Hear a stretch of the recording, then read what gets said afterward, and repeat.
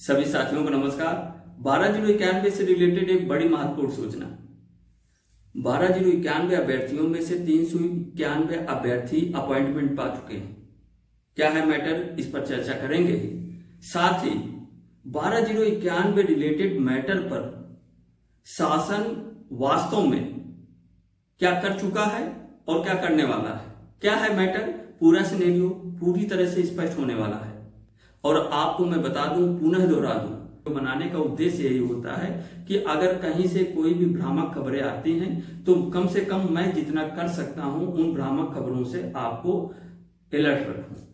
फिलहाल अगर आपने हमारे इस चैनल को सब्सक्राइब नहीं किया है तो दोस्तों उसे सब्सक्राइब कर लीजिए ताकि आगे आने वाली वीडियो का नोटिफिकेशन आप तक पहुंच सके। आते हैं मुद्दे पर।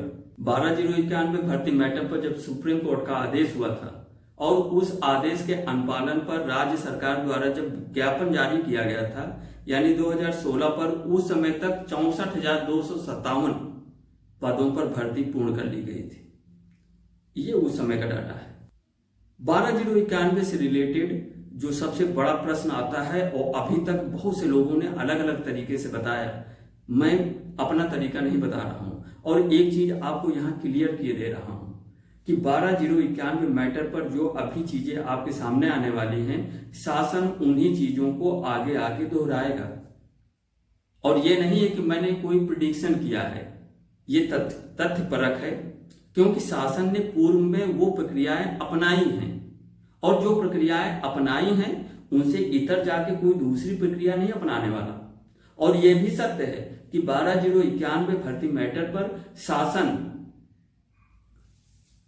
भले ही डीपी में जाए लेकिन लौट के आकर वही प्रक्रिया फिर से पुनः दोहराएगा जो इसके पहले 2016 में दोहरा चुका है।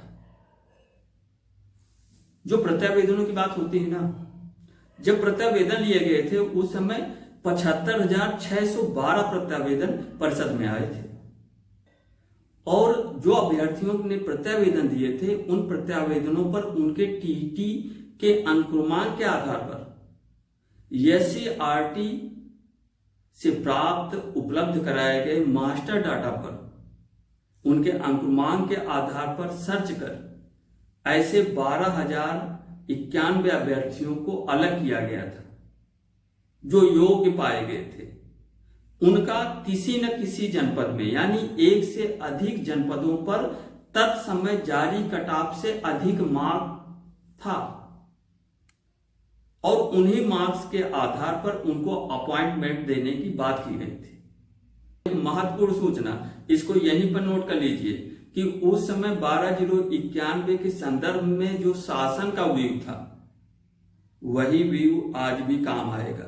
और उस समय व्यू पता क्या था, स्वीकार किया था कि सुप्रीम कोर्ट ने पता क्या आदेश दिया है। उस समय शासन ने यह चीज स्वीकार किया था कि सुप्रीम कोर्ट का आदेश है कि ऐसे अभ्यर्थियों के अभिलेखों और उनके दावों के सत्यापनोपरांत अभ्यर्थियों की नियुक्ति की कार्यवाही किए जाने के संदर्भ में आदेश हुआ है।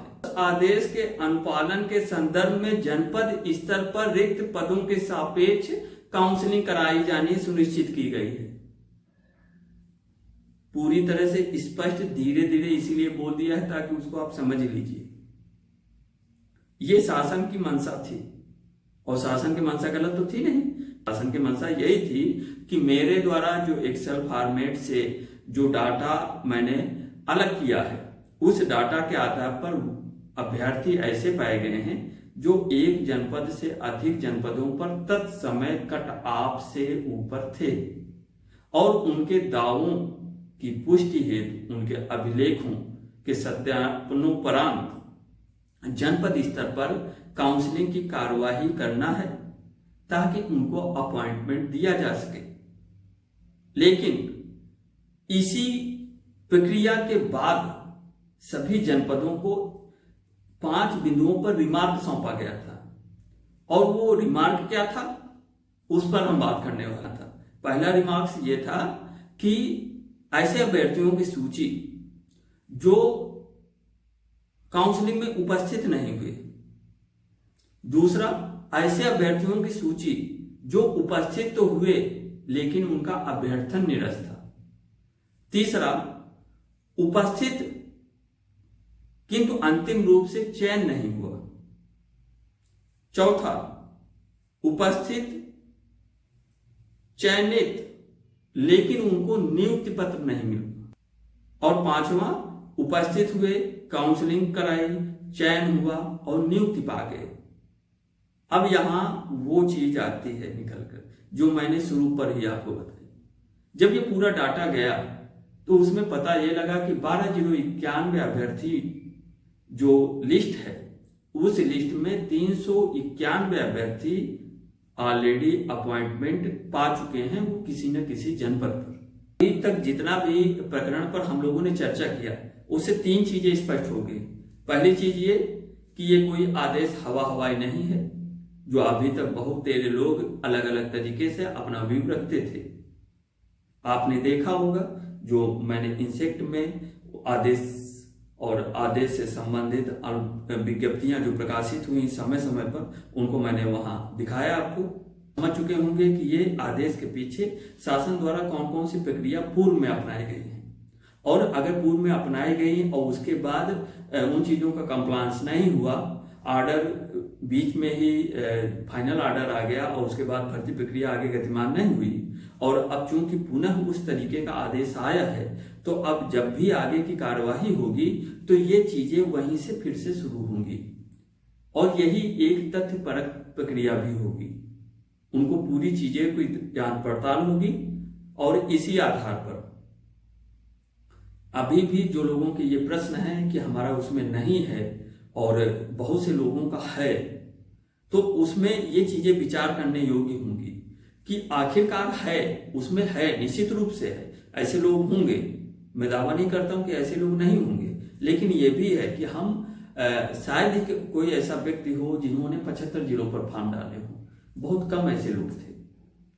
कब कौन कहां किस स्तर पर था, वहां की कैसी मेरिट थी, उस आधार पर कौन कब अंदर आया है नहीं कहा जा सकता। और इसके पूर्व जो विज्ञप्ति प्रकाशित हुई थी उस पर शासन ने ये लिबर्टी दी थी कि अगर आप ये दावा करते हैं कि हमारा उनसे बेटर फुटिंग है, हमारा ग्राउंड है, तो आप आइए काउंसलिंग पर। आप दावा किए हैं, आप आइए जरूर। यहां एक चीज माइंड करने वाली है कि इस पर इन्होंने कई जगह ये लिखा है कि बहुत से लोगों के प्रत्यावेदन निरस्त भी हुए हैं। किस आधार पर निरस्त हुए हैं ये किसी को अभी क्लियर नहीं है।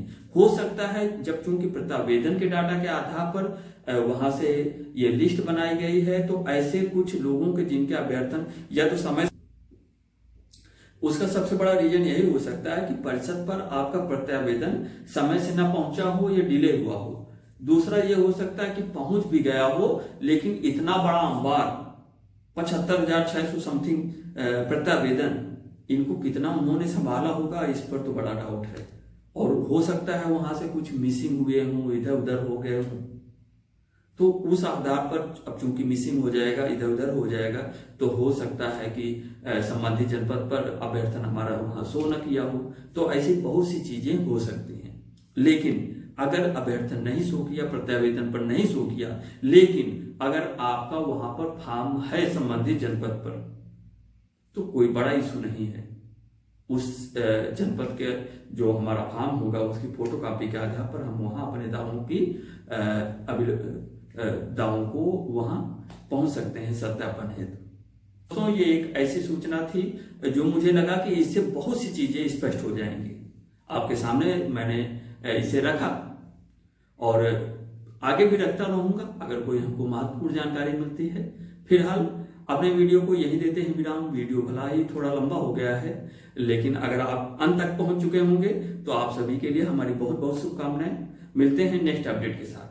तब तक आप सभी बहुत अच्छे से अपना ख्याल रखिएगा। Thank you very much.